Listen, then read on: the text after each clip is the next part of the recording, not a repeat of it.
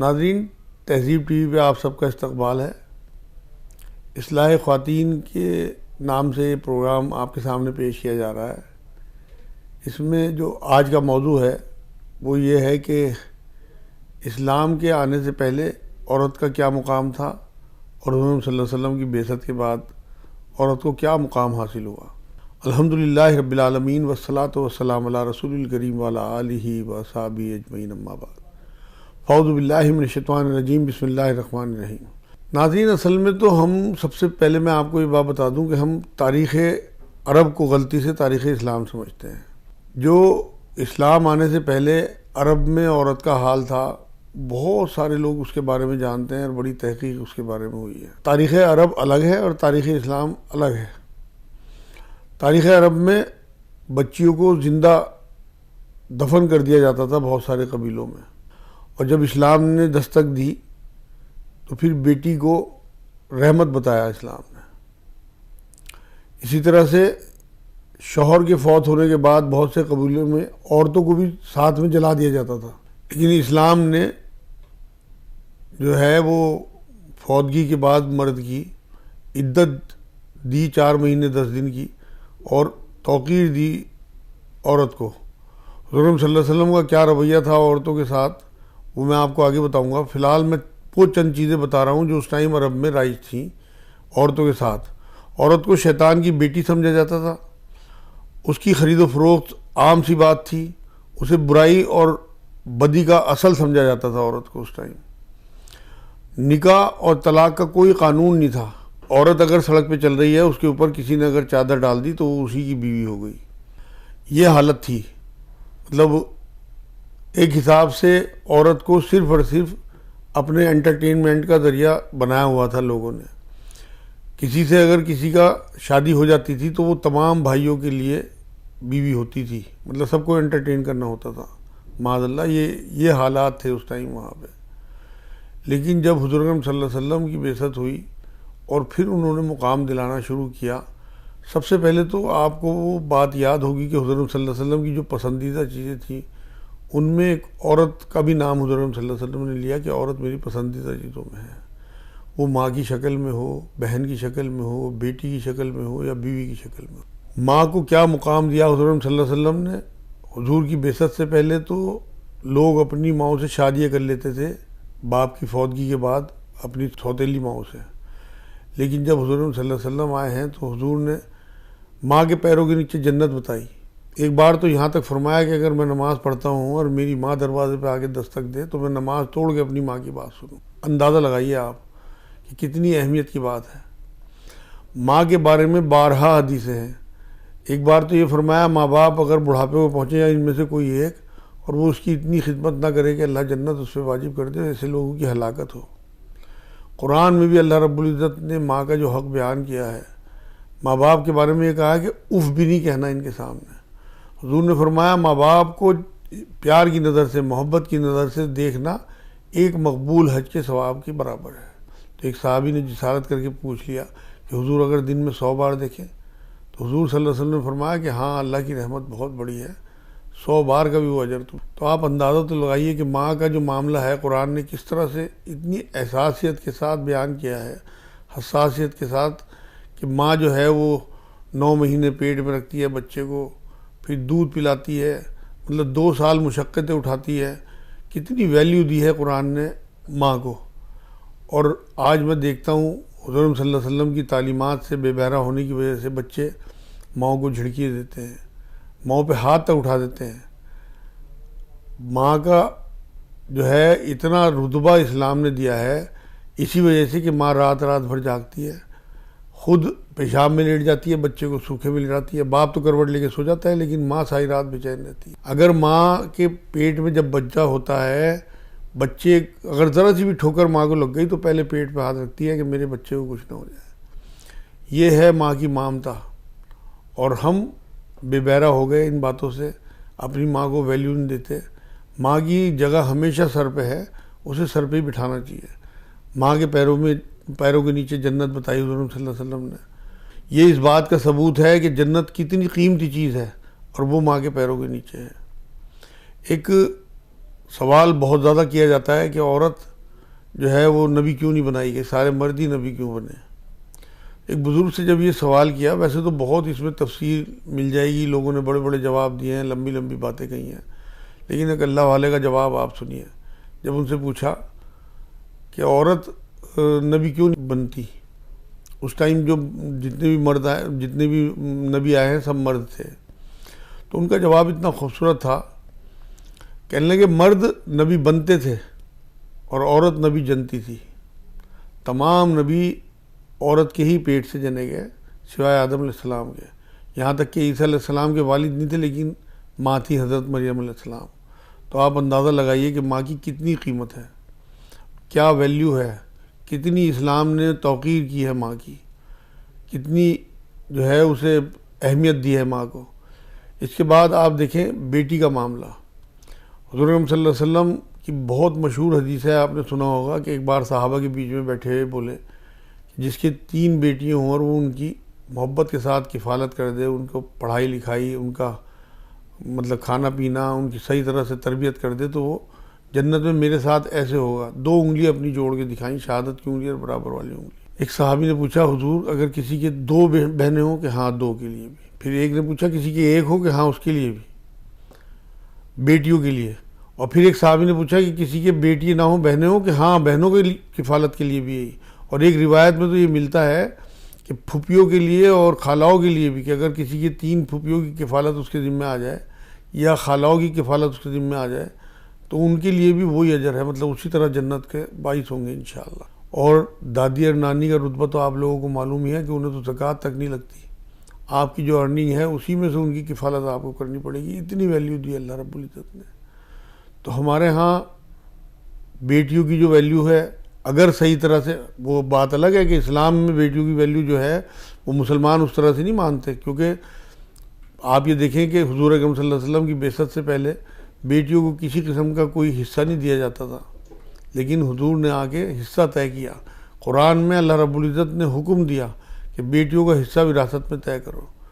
بیٹیوں کا معاملہ تعلیم میں ہو، حضور نے کیا فرمایا کہ تمام مرد عورت پر علم کا حصول فرض ہے، جتنے بھی مسلمان عورتیں مرد ہیں سب اللہ کی نظر میں برابر ہیں، تو بچیوں کو بھی پڑھانے کا بھی حکم دیا، وراثت میں حصہ ہو، تعلیم ہو یا محبت کا معاملہ ہو۔ آپ یہ دیکھیں کہ باپ اگر زندگی میں کوئی تحفہ اگر اپنے کسی بیٹے کو دیتا ہے تو حکم یہ ہے کہ ویسا ہی برابر کا تحفہ اپنی زندگی میں لڑکی کو دینا ہے۔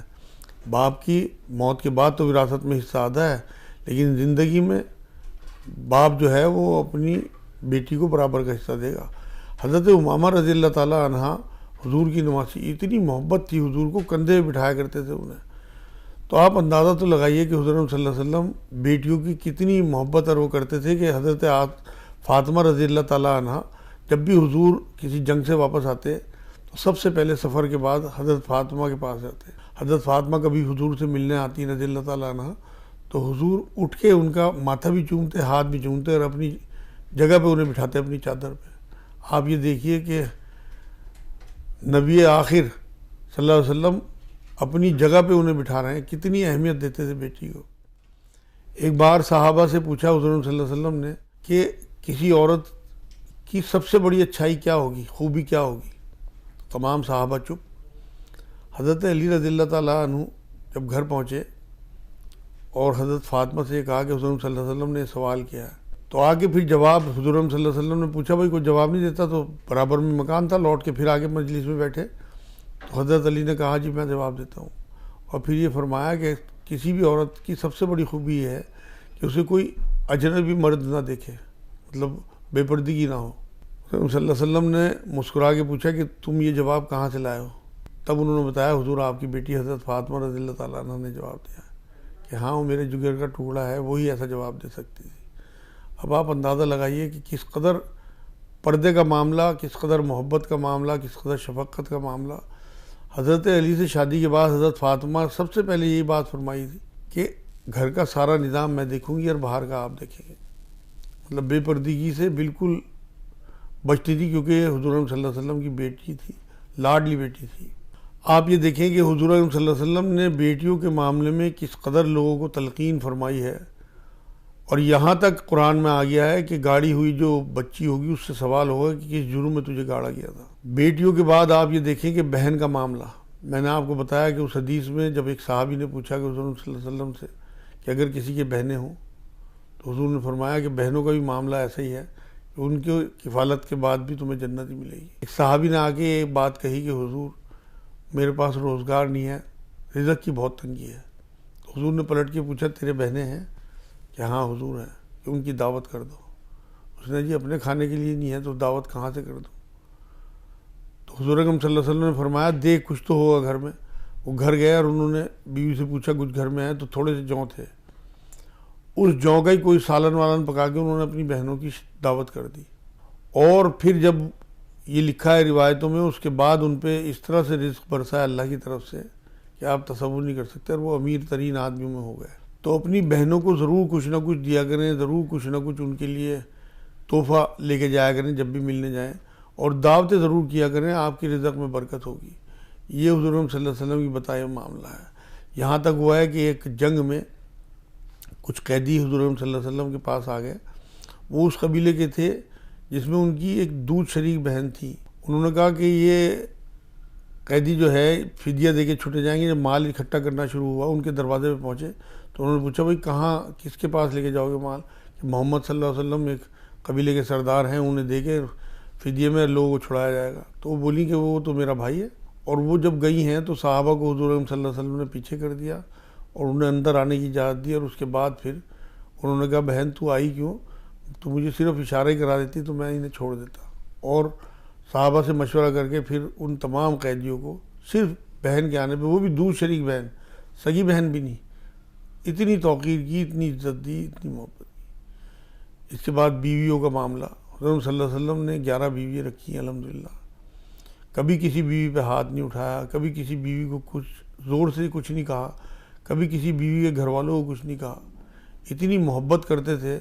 اور ایک بیوی تو ان کی حضرت ماریہ تبتیہ، آپ نے نام سنا ہوگا، وہ ان کی لونڈی تھی، انہیں آزاد کر کے ان سے نکاح کیا، جس سے کہ تمام لوگوں کو یہ اندازہ ہو کہ اسلام نے یہ سسٹم ہی ختم کر دینا ہے لونڈی اور غلام کا، اور ترغیب دلائی لوگوں کو کہ ایک لونڈی سے نکاح کر کے دکھا دیا حضور صلی اللہ علیہ وسلم نے۔ حضرت عائشہ رضی اللہ تعالیٰ عنہ حضور صلی اللہ علیہ وسلم کی چہیتی بیوی تھی۔ پیالے میں جس جگہ ہونٹ لگا کر پانی پیتی تھی، حضور بالکل وہیں ہونٹ لگاتے تھے۔ آپ کو معلوم ہے عرب میں بہت بڑے بڑے گوشت کے بوٹے بھون بھون کے کھائے جاتے ہیں، جس جگہ بوٹی میں دانت لگاتی تھی حضرت عائشہ رضی اللہ تعالیٰ عنہ، بالکل اسی جگہ دانت لگاتے تھے حضور صلی اللہ علیہ وسلم۔ انہیں تماشے دکھانا، ان کے لیے کھلونے لانا کیونکہ کم عمر تھیں، یہ سارے کام صرف اسی وجہ سے کہ اپنی بیوی کے لاڈ میں۔ حضرت خدیجہ رضی اللہ تعالیٰ عنہ کی زندگی میں حضور صلی اللہ علیہ وسلم نے دوسرا نکاح نہیں کیا، اتنی ان کی محبت، اتنی ان کی عزت، اتنا ان کا احترام کرتے تھے۔ آپ یہ دیکھیں کہ حضرت خدیجہ رضی اللہ تعالیٰ عنہ چولہا جلا رہی ہیں اور حضور صلی اللہ علیہ وسلم پیچھے سے لکڑیاں پکڑا رہے ہیں، اپنی ازواج کے گھر کے کاموں میں ہاتھ بٹاتے تھے، برتن دھو دیا کرتے تھے، یا کوڑا تک، جھاڑو تک دے دیتے تھے گھر میں، یہ تک روایتوں میں لکھا ہوا ہے۔ اپنے کپڑے گانٹھ لینا، پیبند لگا لینا، جوتوں میں اپنے جو ہے سی لینا جوتوں کو، اور بھی سارے کام گھر کے، جو ہم تو تھوڑے سے دیندار ہو جائیں تو ہمارے چہروں پہ سرخی آ جاتی ہے۔ حضور صلی اللہ علیہ وسلم نے فرمایا ہے کہ تم میں بہترین ہیں وہ لوگ جو اپنے گھر والوں کے ساتھ اچھے ہیں، خاص طور سے اپنی بیویوں کے، اور میں اپنی بیویوں کے ساتھ بہت اچھا ہوں۔ جبکہ یہ جملہ حضور صلی اللہ علیہ وسلم کبھی کہتے نہیں تھے اپنی تعریف کا، لیکن ترغیب دلانے کے لیے یہاں یہ جملہ بھی کہا کہ میں اپنی بیویوں کے ساتھ بہت اچھا ہوں۔ ایک بار یہ بھی فرمایا تم میں بدترین ہیں وہ لوگ جو اپنے گھر میں گھسیں اور ان کے گھر والے سہم جائیں، ان کی بیوی بچی ہے کہ فرعون آ گیا پتہ نہیں کیا کہہ دے گا۔ آج ہم اپنا حال دیکھیں، اپنا محاسبہ کریں کہ ہم واقعی حضور صلی اللہ علیہ وسلم کی اس حدیث پہ ہیں کہ ہم بہترین لوگوں میں ہیں یا بدترین لوگوں میں ہیں۔ اگر کہیں اصلاح کی ضرورت ہے تو ہمارے لیے اپنا ہی کافی ہے معاملہ کہ ہم خود دیکھیں کہ ہم کس مقام پہ کھڑے ہوئے ہیں اپنی بیویوں کے ساتھ۔ بیویوں کے معاملے میں حضور صلی اللہ علیہ وسلم حضرت خدیجہ رضی اللہ تعالیٰ عنہ کا اتنا احترام اور عزت کرتے تھے کیونکہ ان کا مال انہوں نے استعمال کیا تھا۔ حضرت خدیجہ رضی اللہ تعالیٰ عنہ نے جب یہ دیکھا کہ حضور صلی اللہ علیہ وسلم بے انتہا پریشان رہتے ہیں تو ان سے ایک بار پریشانی کا سبب پوچھا، تو حضور اتنے جذبات میں آ گئے، کہنے لگے میں باہر نکلتا ہوں تو لوگوں کو تڑپتے دیکھتا ہوں بھوک سے، مفلسی سے، تو میرا دل اندر سے کٹتا ہے۔ تو حضرت خدیجہ رضی اللہ تعالیٰ عنہ نے تمام عرب کے سرداروں کو اکٹھا کیا جو بھی آس پاس کے تھے، اور ایک کمرے میں مال کا ڈھیر لگوا دیا۔ اتنا مال کا ڈھیر تھا کہ وہ سردار اس کے پیچھے چھپ گئے، اور یہ کہا کہ میں خدیجہ سارا یہ مال حضرت محمد صلی اللہ علیہ وسلم کے حوالے کرتی ہوں، یہ مالک ہیں، اسے جس طرح مرضی خرچ کریں۔ تو پھر حضور صلی اللہ علیہ وسلم نے اس مال سے دین کی تبلیغ بھی اور دین کو فروغ بھی بہت دی۔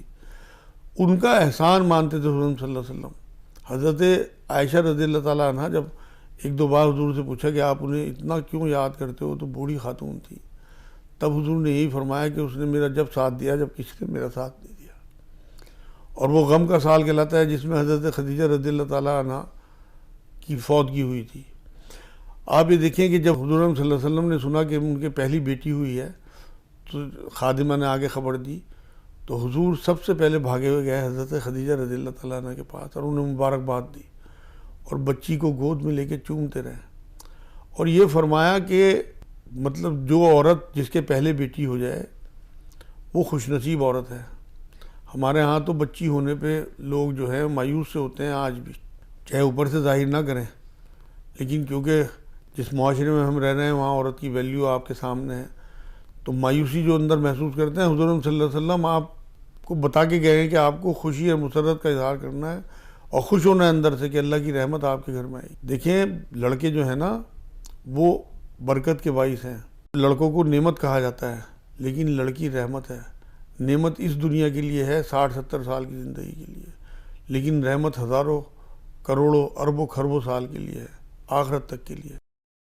ایک بھی حدیث لڑکوں کے لیے نہیں ہے کہ وہ جنت میں آپ اس وجہ سے لڑکوں کی کفالت کی وجہ سے آپ جنت میں ہوں گے۔ حالانکہ لڑکے بھی اگر آپ کے نیک ہیں تو انشاءاللہ آپ کے لیے آخرت میں توشہ بن جائیں گے، لیکن لڑکیوں کے لیے حضور صلی اللہ علیہ وسلم نے بات فرمائی کہ اگر آپ کفالت کر دیں گے ان کی صحیح طرح سے تو جنت میں آپ ان کے ساتھ ایسے ہوں گے جیسے 2 انگلی ہے۔ تو آپ اندازہ لگائیے کہ حضور نے بیٹی کی، بہن کی، ماں کی، بیوی کی کتنی توقیر کی اور کتنا ان کو عروج دیا۔ حضور کے آنے سے پہلے کیا حال تھا، حضور کے آنے کے بعد کیا حال ہوا ہے۔ آپ یہ دیکھیں کہ حضور نے حضرت حفصہ رضی اللہ تعالیٰ عنہ ٹیوشن لگوایا تھا پڑھانے کے لیے، تعلیم کی بہت زیادہ، اتنی زیادہ لوگوں کو تلقین کرتے تھے کہ حضرت عائشہ رضی اللہ تعالیٰ عنہ سے جو حضور کا نکاح ہوا ہے وہ صرف اور صرف اسی وجہ سے ہوا ہے کہ ان کم عمر تھیں، دماغ بہت تیز تھا ماشاءاللہ، اور وہ اس کا بعد میں ثابت بھی ہوا کہ حضور صلی اللہ علیہ وسلم کی فوتگی کے بعد، وصال مبارک کے بعد کتنے سال، 48 سال کے قریب زندہ رہی ہیں، اور ان سے بہت ساری حدیثیں بھی مروی ہیں۔ اسی طرح سے اپنے صحابہ کی اس طرح سے تربیت کی کہ وہ اپنی بیویوں کے ساتھ بے انتہا اچھے تھے اور ان کا بے انتہا خیال کرتے تھے، بہنوں کے ساتھ بہت اچھے تھے، بے انتہا خیال کرتے تھے۔ ایک صحابی کا مجھے واقعہ یاد آ رہا ہے کہ ان کی 9 بہنیں تھیں، ان کی مدر کا انتقال ہو گیا، صحابی کنوارے تھے، تو انہوں نے ایک بوڑھی خاتون سے نکاح کیا کہ کم سے کم میری بہنوں کے پاس اگر ماں نہیں ہے تو ایک بزرگ خاتون ہوگی جو ان کی تربیت کر سکے۔ آپ اندازہ لگائیے کہ کتنی بڑی قربانی ان صحابی نے دی ہے۔ تو یہ سب حضور صلی اللہ علیہ وسلم کی تعلیمات کا نتیجہ تھا کہ انہوں نے اپنے صحابہ کی اس طرح تربیت کی۔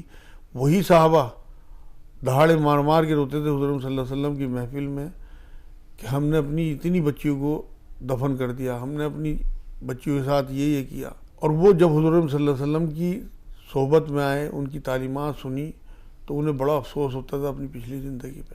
حضور صلی اللہ علیہ وسلم کی آمد کے بعد اتنی توقیر، اتنی محبت پھر اپنی بچیوں کے ساتھ، یہاں تک کہ حضور صلی اللہ علیہ وسلم بچیوں کے معاملے میں اتنی تلقین کیا کرتے تھے کہ لڑکے اور لڑکی حضور صلی اللہ علیہ وسلم کی نظر میں برابر تھے۔ پیٹھ پہ گھمانا حضرت حسن اور حسین کو، اور حضرت امامہ کو کندھے پہ بٹھانا۔ نماز پڑھتے ہوئے حضرت امامہ بھی حضور صلی اللہ علیہ وسلم کے آس پاس ہوتی تھی، حضرت حسن اور حسین بھی آس پاس ہوتے تھے، مطلب کسی قسم کا کوئی فرق نہیں کیا۔ تمام بیویوں کے پاس عصر کی نماز کے بعد جانا، حجروں میں باری طے کی ہوئی تھی، کسی کی حق تلفی نہ ہو جائے کسی بھی طریقے سے۔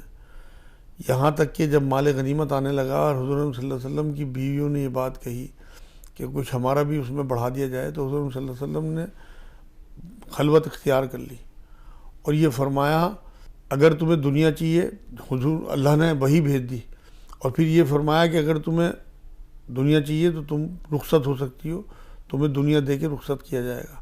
لیکن تمام جتنی بھی حضور کی بیویاں تھیں ان کی تربیت ایسی ہو چکی تھی، ایک نے بھی یہ بات نہیں کی کہ ہمیں دنیا چاہیے، ہمیں اللہ اور اس کا رسول ہی چاہیے۔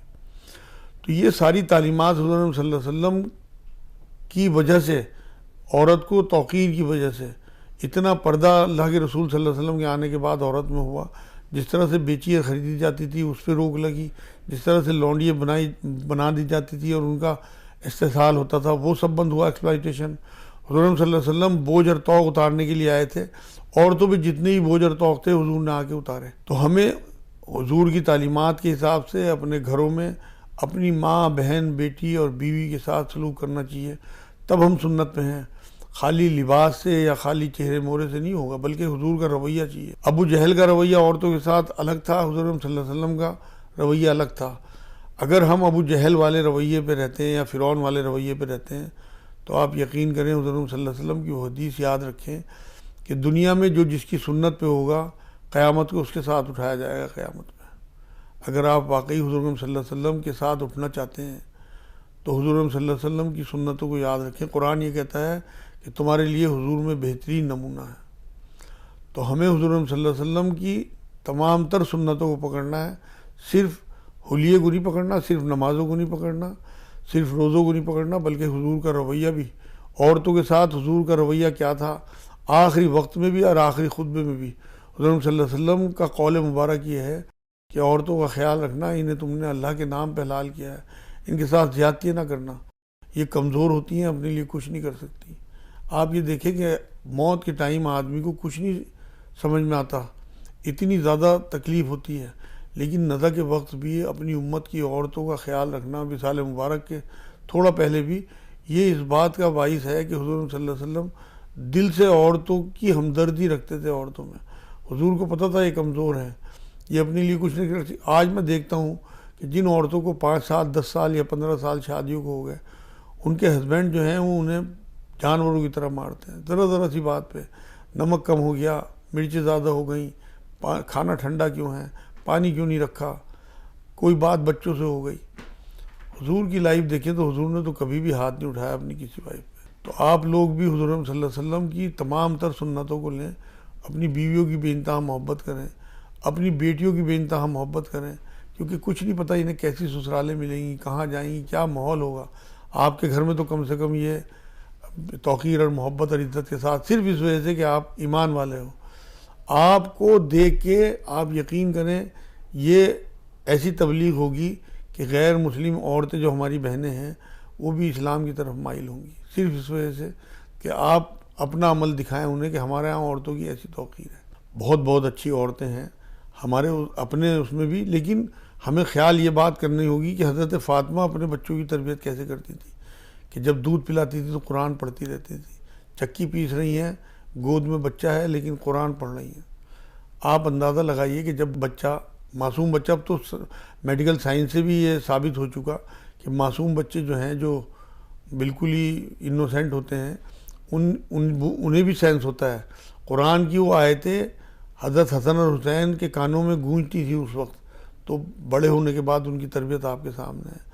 آج ہم موبائلوں سے اپنے بچے پال رہے ہیں، اگر وہی کام ہم اب بھی کریں کہ موبائل میں قرآن کی آیتیں ہی اگر آپ چلا دیں تو بچے تو اس کی طرف بھی اٹریکٹ ہوں گے، لیکن وہ ان کی تربیت کے لیے، ان کے ذہن کے لیے بہت بہتری کا معاملہ ہوگا۔ اسی طرح سے اپنی بچیوں کا معاملہ ہے کہ آپ ان کا شروع سے دھیان رکھیں، ان کے موبائل کا، ان کے لباس کا، ان کی دوستیوں کا، کوئی خلط ملط نہ ہو مردوں کے ساتھ، یہ ساری چیزیں تربیت میں آتی ہیں۔ آپ کے اوپر ذمہ داری ہے کہ آپ اپنی بہنوں کی، بیٹیوں کا خیال رکھیں، اپنی بیویوں کی بے انتہا محبت اور ان کے ساتھ بہتر سلوک کریں، اور اپنی ماؤں کا عزت کریں، احترام کریں، بلکہ ان کی خدمت کریں، ٹانگیں دبایا کریں روز، کتنی بھی عمر کے آپ ہوں، کتنی بھی عمر کی آپ کی ماں ہوں، یہ سمجھ کے کہ ان کے پیروں کے نیچے جنت ہے، میری جنت ہے۔ میں نے خود سنا ہے کہ بہت سارے بزرگ ماں کی موت پہ یہ کہتے تھے کہ ہماری جنت چلی گئی، جب تک یہ ہمارے سروں پہ ہیں، ہمارے ماں باپ یہ ٹین کا شیڈ ہے، تمام آسمانی آفتیں یہ جھیل جاتے ہیں اور ہمیں بچا لیتے ہیں۔ یہ فری میں دعائیں دیتے رہتے ہیں ہمیں، تو اپنی ماؤں کی بہت قدر کیا کریں، جن لوگوں کے پاس بھی مائیں زندہ ہیں تو وہ ان کی بہت قدر کریں، ان کا بہت احترام کریں۔ آج کے ایپیسوڈ میں اتنا ہی، انشاءاللہ اور کسی ایپیسوڈ میں آپ کو عورتوں کے بارے میں اور کچھ چیزیں بتاؤں گا انشاءاللہ۔ وما علینا الا البلاغ۔